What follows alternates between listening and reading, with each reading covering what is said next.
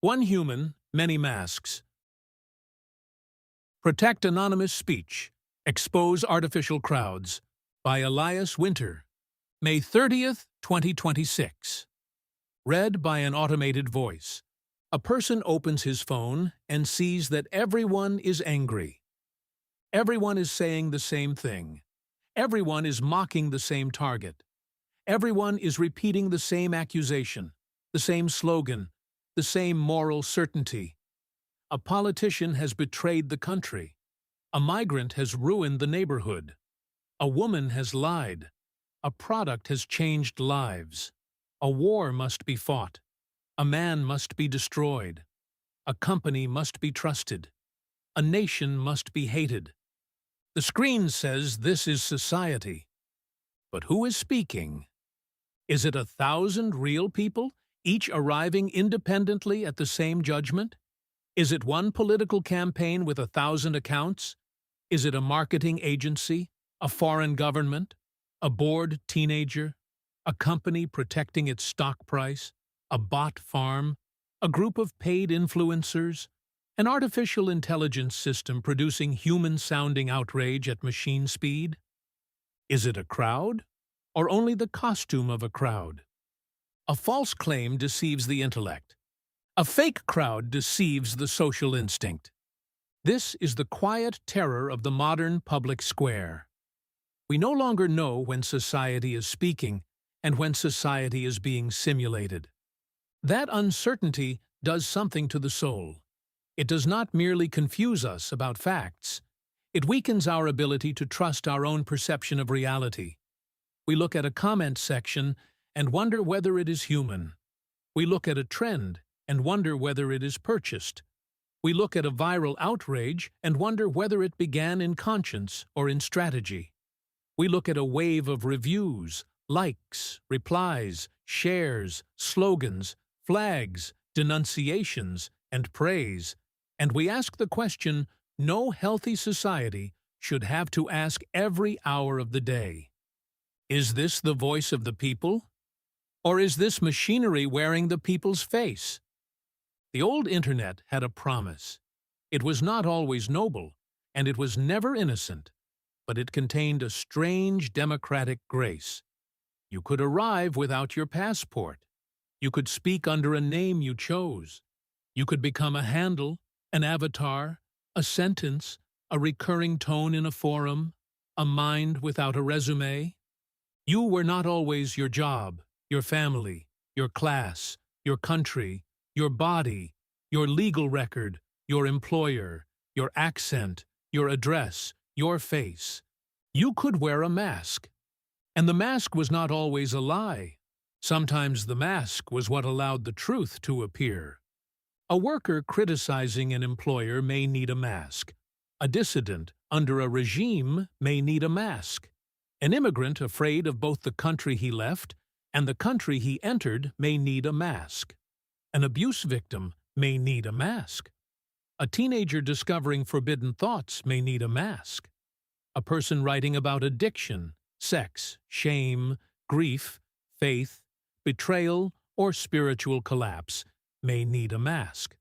The mask can be cowardice, yes, but it can also be mercy. It can be the narrow doorway through which an endangered truth enters the world. The powerful rarely understand this. They often confuse exposure with virtue. They say, if you have nothing to hide, use your real name. But this is the language of people who have been protected by names rather than hunted through them. A name does not mean the same thing for everyone. One person's real name is a platform. Another person's real name is a leash. The real name Internet has always presented itself as moral hygiene. If everyone used their legal identity, we are told, there would be less cruelty, less fraud, less abuse, less chaos. There is a partial truth there. Some people become uglier when they believe they cannot be found. Some lies breed in darkness. Some threats should not be protected by pseudonyms. But the real name solution is morally crude. It solves one problem by creating a larger one. It says, Because some people abuse masks, no one should have them. It treats the whistleblower and the troll as the same kind of creature. It treats the dissident and the scammer as if both are merely hiding. It forgets that the powerful already have institutions, lawyers, security teams, public relations departments, citizenship, wealth, and distance. It is the vulnerable who need obscurity. The answer to fake people cannot be forcing all real people to become visible.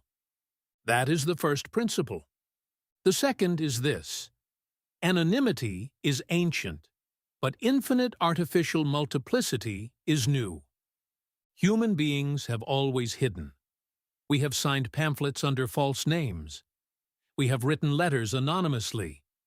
We have whispered against kings, churches, fathers, bosses, mobs, parties, and police. The hidden voice belongs to political history, religious history, literary history, and the history of survival itself. But something has changed. The mask used to belong to a person. Now the mask can be mass-produced. A single actor can manufacture thousands of apparent speakers. A company can create artificial praise. A political movement can simulate grassroots anger. A government can seed panic into another country's public square. A scam network can flood reviews. A botnet can make fringe sentiment appear mainstream. An artificial intelligence system can generate endless comments, replies, profiles, images, biographies, confessions, jokes, prayers, accusations, and testimonies. The fake account no longer needs to sound fake. The artificial voice no longer needs to stumble. The machine can produce warmth, indignation, irony, grief, patriotism, moral certainty, consumer enthusiasm, ideological purity, and personal anecdote. It can say, as a mother, as a veteran, as an immigrant, as a teacher, as someone who used to believe the opposite. It can borrow every costume of human credibility. The deepest fake is not a fake image or a fake quote. The deepest fake is a fake public. A fake public is more dangerous than a false statement because it does not merely tell us what to believe. It tells us what others already believe. It manufactures social reality. It surrounds the individual with an illusion of consensus. It says, everyone knows this, everyone sees this, everyone agrees, everyone is angry, everyone is laughing, everyone has moved on. And because human beings are social animals, because we are built to sense the tribe, because moral courage is exhausting and loneliness hurts, counterfeit consensus can become a form of governance. People do not only obey laws, they obey atmospheres. If the atmosphere can be manufactured, then power no longer needs to persuade each person directly. It only needs to make each person feel alone. This is the actual crisis. It is not simply that bots exist. It is that we are losing the ability to distinguish between a people and a simulation of a people. The crisis of the next internet is not only false information, it is false social reality. Imagine a city waking up to panic. Overnight, thousands of posts appear claiming that migrants have made the streets unsafe. The stories sound local. They mention neighborhoods, schools, gas stations, grocery stores, police scanners, worried mothers, old men afraid to walk at night. Some accounts have profile pictures. Some have years of ordinary posts. Some tell little stories with human details. A daughter who no longer takes the bus, a grandmother who heard shouting, a neighbor who finally said what everyone is thinking. A few of the posts come from real frightened residents. Some come from political operatives. Some come from newly created accounts. Some are generated by AI. Some are copied and localized across cities. Some are paid. Some are automated. Some are human beings reacting sincerely to a panic that was manufactured before it reached them. By morning, the trend is visible. By afternoon, politicians cite public concern. By evening, local news reports growing outrage. By the end of the week, a policy is proposed. The crowd has become real in its consequences, even if it was partially fake in its origin. This is how artificial posts become perceived consensus. Perceived consensus becomes media coverage. Media coverage becomes political pressure. Political pressure becomes law. The machinery creates the atmosphere, and the atmosphere governs the human being. So, what should be done? The easiest answer is the worst one. Make everyone prove who they are. Upload your passport. Use your legal name. Tie your account to your state identity. Let the platform know you. Let the government know you. Let the advertiser know you. Let the employer find you. Let every sentence become traceable, every confession recoverable, every political deviation attachable to a permanent record. This would be presented as safety. It would be sold as trust. It would be called accountability. But empires have always loved legibility. Bureaucracies love names. Police love maps of association. Corporations love identity graphs. Advertisers love verified targets. Employers love searchable obedience. Platforms love anything that turns the human being into a more stable unit of extraction.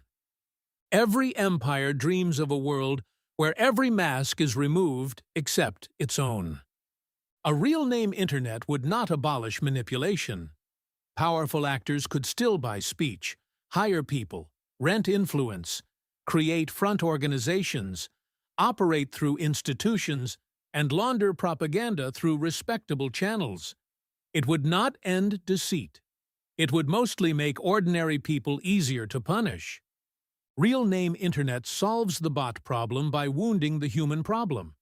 It defeats artificial people by making real people more afraid. That is not a moral victory. The better distinction is not between anonymous and identified.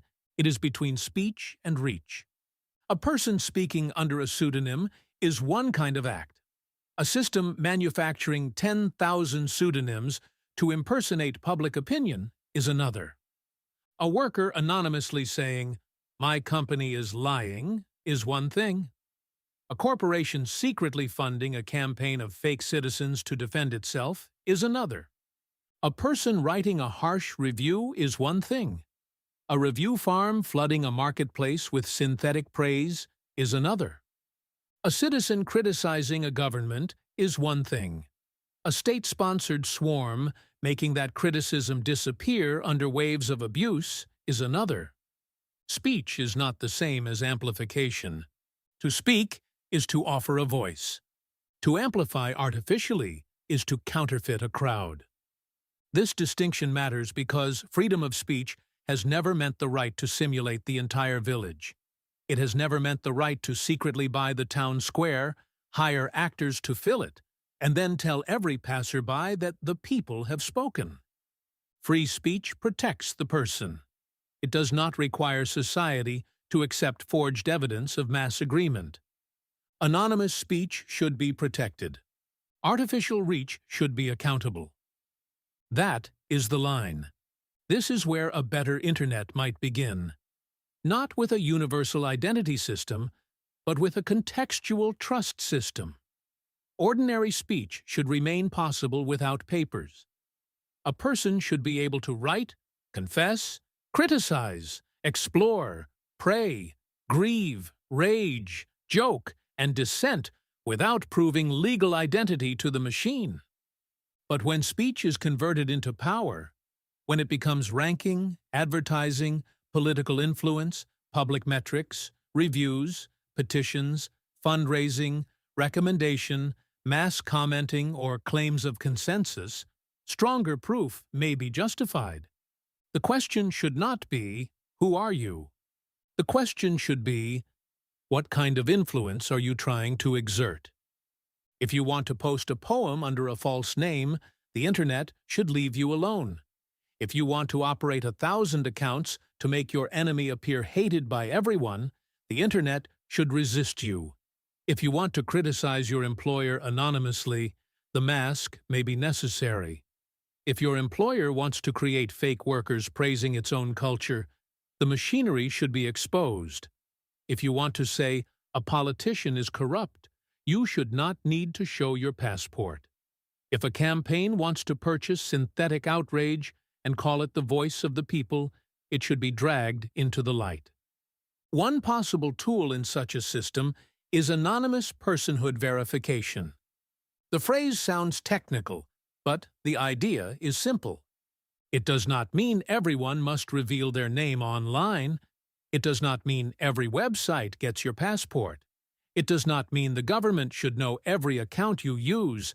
It means something narrower and more humane. You may not know who I am, but you can know I am one real human being. Imagine entering a theater. The usher does not need to know your mother's maiden name, your politics, your employer, your medical history, your immigration status, or every theater you have ever attended. The usher only needs to know that your ticket is valid and has not already been used. Or imagine proving you are old enough to enter a place without handing every stranger a complete copy of your birth certificate. The claim matters. The whole identity does not. In a healthier internet, a person might be able to prove limited facts. I am a real human. I am not using this same human proof to create another verified account on this platform. I am old enough for this particular service. I am eligible to participate in this specific poll. I am a unique signer of this petition. I am not a swarm. But the platform would not necessarily learn the person's legal name. The public would not see John Smith from Austin. The public might see only verified human. Proof of personhood, not proof of name. The technical ethic is simple. Prove the minimum necessary fact and reveal nothing else. If the question is whether one real person is behind a petition signature, the system should not need to know that person's employer, address, immigration status, family history, or full legal name. If the question is whether a review came from one unique human, the system should not need a permanent identity dossier. If the question is whether an account is part of a mass synthetic network, the answer should not require stripping every ordinary person naked before the platform. None of this is a magic solution. A verified human can still lie. A verified human can still be paid. A verified human can rent an account, sell a credential, join a brigade, repeat propaganda, or become the organic hand inside a synthetic campaign. Proof of personhood does not prove sincerity. It does not prove wisdom. It does not prove independence. It does not prove virtue. It only limits one form of fraud, the ability of one actor to cheaply become a crowd. That limitation matters, but it must not be confused with moral certification. Verified human does not mean trustworthy. It means only that a person, rather than an endlessly replicable machine identity, stands somewhere behind the act. The system must preserve that narrow meaning, or it will become another lie. A humane internet would not treat every act online the same way. It would have different trust requirements for different kinds of power. Ordinary anonymous speech should require no verification. People should be able to post, confess, criticize, explore, and dissent without proving legal identity. The frightened teenager, the closeted dissident, the undocumented worker, the abuse survivor, the person criticizing a boss, the person asking a shameful question, the artist trying on a voice, the addict telling the truth before he can bear to sign his name to it. These people should not have to pass through an identity gate to speak. High-reach distribution may require stronger trust signals. If an account wants major algorithmic reach, mass commenting power, trend-shaping influence, or repeated access to recommendation systems, platforms may reasonably ask for signs that the account is not part of a synthetic swarm. The issue is not whether the person may speak. The issue is whether the system should help that speech appear as mass public reality. Reviews, polls, petitions, fundraising, and marketplace ratings may require one human, one action protections. These systems claim to measure real human judgment. A product review is supposed to represent a customer or user, not a script. A petition is supposed to count supporters, not sock puppets. A poll is supposed to capture people, not an army of throwaway accounts. When fake multiplicity corrupts the very purpose of the system, personhood verification becomes more defensible. Political ads and paid influence should require funding and provenance transparency. The public has a right to know who is buying persuasion. If money is being spent to shape political perception, the buyer should not be allowed to disappear behind the costume of spontaneous citizenship. Institutional speakers should face stronger disclosure rules than ordinary individuals. Corporations, governments, campaigns, lobbying groups, state-linked media, large advertisers, coordinated advocacy networks, influencer marketing operations, and AI content farms should not be able to move through the public square disguised as ordinary citizens. If an organization speaks, the public should know it is an organization. If a government speaks, the public should know it is a government. AI-generated mass content should be labeled and rate-limited when deployed at scale. The issue is not that a person used a tool to write a sentence. Human beings have always used tools. The issue is industrial synthetic speech, mass-produced content designed to impersonate human presence, flood discourse, manipulate ranking, or create the illusion of consensus. Platforms should be required to report what kind of traffic they are amplifying. Human, automated, paid, coordinated, institutional, synthetic, and unknown activity should not all be collapsed into one glowing number called engagement. A platform should not be allowed to sell a crowd without telling us how much of that crowd is real. This is not censorship. It is architecture. The system should not say, "You cannot speak unless we know who you are." It should say, "You cannot secretly manufacture the appearance of a crowd." Those are different moral universes. There is another reason platforms will resist this distinction. It threatens their economics. Platforms publicly hate bots, spam, scams, fake engagement, and coordinated manipulation. They issue reports. They announce enforcement actions. They remove networks. They condemn inauthentic behavior. They speak the language of integrity. But the deeper truth is more compromised. Many platforms profit from fog. Fake accounts can make a platform look alive. Fake engagement can increase time spent. Fake comments can create drama. Fake followers can flatter creators. Fake views can inflate inventory. Fake clicks can produce revenue. Fake outrage can keep people scrolling. Fake consensus can make content appear important. Fake activity can be sold, directly or indirectly, as attention. A platform built on engagement has a strange relationship with fraud.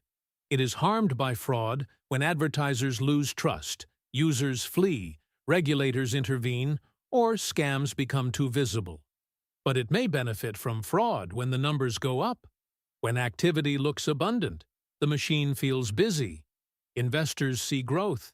Advertisers buy impressions. Creators chase metrics. And political actors pour money into influence. The platform does not always want to know too precisely how much of its life is real. A serious human trust layer would force a brutal accounting. It would separate real human engagement from automated activity, paid activity, coordinated campaigns, institutional messaging, synthetic content, and unknown traffic. It would ask platforms to tell advertisers, users, regulators, and the public, this is human, this is machine, this is paid, this is organized, this is state-linked, this is unknown. Such clarity would make some numbers cleaner and smaller. That is why trust is economically dangerous. It does not merely remove fraud. It removes useful illusion. The question is whether a platform is selling human attention or the hallucination of human attention. If it is selling human attention, then verified humanity is valuable. Advertisers should pay more for real people than for ghosts. Marketplaces should value reviews from unique humans. Political systems should care whether apparent public opinion comes from citizens or scripts. Comment systems should rank real human participation above artificial flooding. Trust should become a premium. But if the business model depends on inflated scale, then accountable amplification is a threat. It says, count more honestly. Sell less fog. Stop calling every twitch of the machine a person. The economic stakes are therefore not secondary. They are central. A platform that distinguishes real human participation from synthetic activity is not only changing moderation, it is changing the price of attention. It is changing the value of influence. It is changing what engagement means. And that is why the solution cannot be left to platforms alone. The same companies that built vast systems to harvest attention cannot be trusted, by moral instinct alone, to measure the purity of that attention against their own interests. They need pressure, standards, law, competition, public scrutiny, independent audits, and cultural demand. Otherwise, the phrase verified human will become another marketing badge, another trust costume, another way of selling the public a cleaner story about the same old machinery. The danger runs in the other direction, too. A personhood system, if designed badly, could become monstrous. A hidden map could emerge: legal person to credential, credential to accounts, accounts to speech, speech to associations, associations to punishment. Even if the public sees only verified human, someone somewhere may hold the chain. A government may demand access. A corporation may monetize around it. A court may subpoena it. A hacker may steal it. An authoritarian regime may weaponize it. A future administration may reinterpret it. A platform may quietly use it for ranking, advertising, exclusion, and discipline. The surface may say anonymity. The basement may contain the registry. That is worse than honest identification because people may speak freely while falsely believing themselves protected. It is one thing to know you are naked. It is another to be told you are clothed while the cameras are already recording. A system built to prove humanity could become a system for licensing humanity. This is the knife edge. Verification can fight artificial crowds. It can also create a new gatekeeper over speech. It can protect trust. It can also produce a two-tier internet. Verified people with reach, unverified people treated as suspicious noise. It can reduce bots. It can also exclude refugees, undocumented people, minors, the unhoused, people without stable documents, people in abusive households, people from sanctioned or unstable countries, people whose lives do not fit clean administrative categories. A trust layer can become a leash, and if it uses biometrics, eyes, faces, fingerprints, voices, the stakes become darker. Passwords can be changed. Documents can be reissued. But the body is not easily replaced. A leaked biometric system is not like a leaked password database. You cannot rotate your iris. You cannot patch your face. Even if a system claims to store no raw biometric data, the public must trust the hardware, the audits, the software, the incentives, the law, the issuer, the supply chain, and the future. That is a lot of trust to demand from people who already have good reasons to distrust institutions. Then there is function creep. A tool begins as optional protection against bot swarms. Then it becomes required for political comments, then for videos, then for payments, then for job platforms, then for news, then for adult content, then for encrypted messaging, then for public services. Then, quietly, ordinary unverified speech still exists, but is buried, downranked, demonetized, excluded from recommendations, treated as low integrity by default. The right to post remains. The right to be seen disappears. This is how control often arrives in liberal systems, not as a ban, but as a ranking adjustment. So the safeguards cannot be decorative. They must be architectural. No single global identity provider.